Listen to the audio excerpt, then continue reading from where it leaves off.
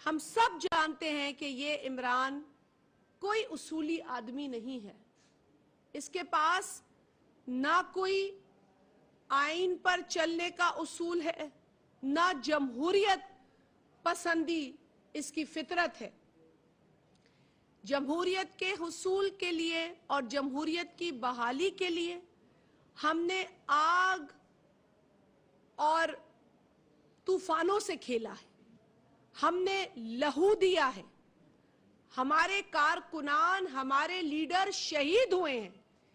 इसलिए नहीं कि पाकिस्तान के आइन को रौंदा जाए, इसलिए नहीं कि इमरान अहमद न्याजी जैसा खुद गर्ज शख्स मार्शल लॉ लगाने की बात करे। हम इमरान अहमद न्याजी के इस बयान की सख्त मजम्मत करते हैं और इसे मुस्तरद करते हुए हम इसे बार बार रिलीफ देने वालों से ये मुतालबा करते हैं कि इसको बुलाकर पूछें कि खूनी इनकलाब का मतलब क्या है। इसको बुलाकर पूछें कि ये इसकी हिम्मत कैसे हुई कि पाकिस्तान में मार्शल लॉ लगाने की बात करे। उसको बुलाएं और उससे ये पूछा जाए। ये बयान कोई मामूली बयान नहीं है। वैसे ये वो बयान नहीं है जहां जापान और जर्मनी के बॉर्डर मिला दिए गए हों। ये वो बयान नहीं है कि कहा जाए कि एक साल में 12 मौसम होते हैं। ये वो बयान नहीं है जहां ये कह दे कि कायदे आजम जो है वो कैंसर से उनकी वफात हुई। जिस जाहिल को यह पता नहीं है कि बानी पाकिस्तान की वफात कैसे हुई, जिस कम अक्ल को यह पता नहीं है कि कायदे आजम मोहम्मद अली जिन्ना को कौन सी बीमारी थी, तो उसके अपनी जहनी बीमारी का इलाज कराने की जरूरत है। क्या वजह है कि इमरान खान, और ये पूछा है कई लोगों ने, कि रात को भी काला चश्मा पहन रहा है, क्या वजह है? और चूंकि ये तनकीद हुई बारहा और बार बार, इसलिए उसने अपने एक जमहूरे को भी काला चश्मा पहना दिया कल। लेकिन फिर भी हम पूछेंगे कि रात को तुम काला चश्मा क्यों पहनते हो? वो क्या चीज है जो तुम छुपा रहे हो?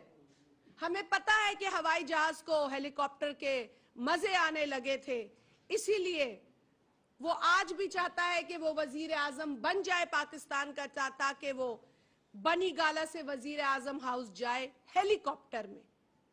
जिस मुल्क में इक्तदार हासिल करने से पहले वो कहा करता था कि फलाने मुल्क का प्राइम मिनिस्टर साइकिल पे जाता है, फलाने मुल्क में ये होता है, फलाने मुल्क का सदर ये करता है, वो जब खुद इक्तदार में आया तो उसने जो आला काम करके दिखाया वो था हेलीकॉप्टर का सफर। और फिर उसकी वजाहतें उसके चमचे देते नजर आए, बताते रहे कि कितना पेट्रोल खर्च होता है। अरे भाई, जिस मुल्क में गुर्बत हो, बेरोजगारी हो, महंगाई हो, वहां का वजीर आजम हेलीकॉप्टर में अपने घर से अपने दफ्तर जाता हुआ नजर आए तो ये शर्म की बात है। वो तो कहता था कि वजीर आजम हाउस को यूनिवर्सिटी में तब्दील कर दूंगा, लेकिन उसी वजीर आजम हाउस से पंजाब हुकूमत के ऊपर कब्जा करने के लिए फरा गोगी को बिठा दिया।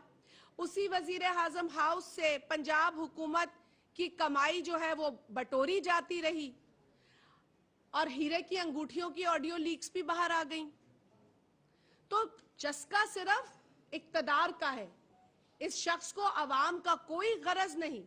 अगर अवाम का गरज होता या अवाम से कोई लगाव होता तो पिछले 4 बरसों के जो वफाक पे बैठकर हुक्मरानी की है इमरान अहमद न्याजी ने, उसका हिसाब देता।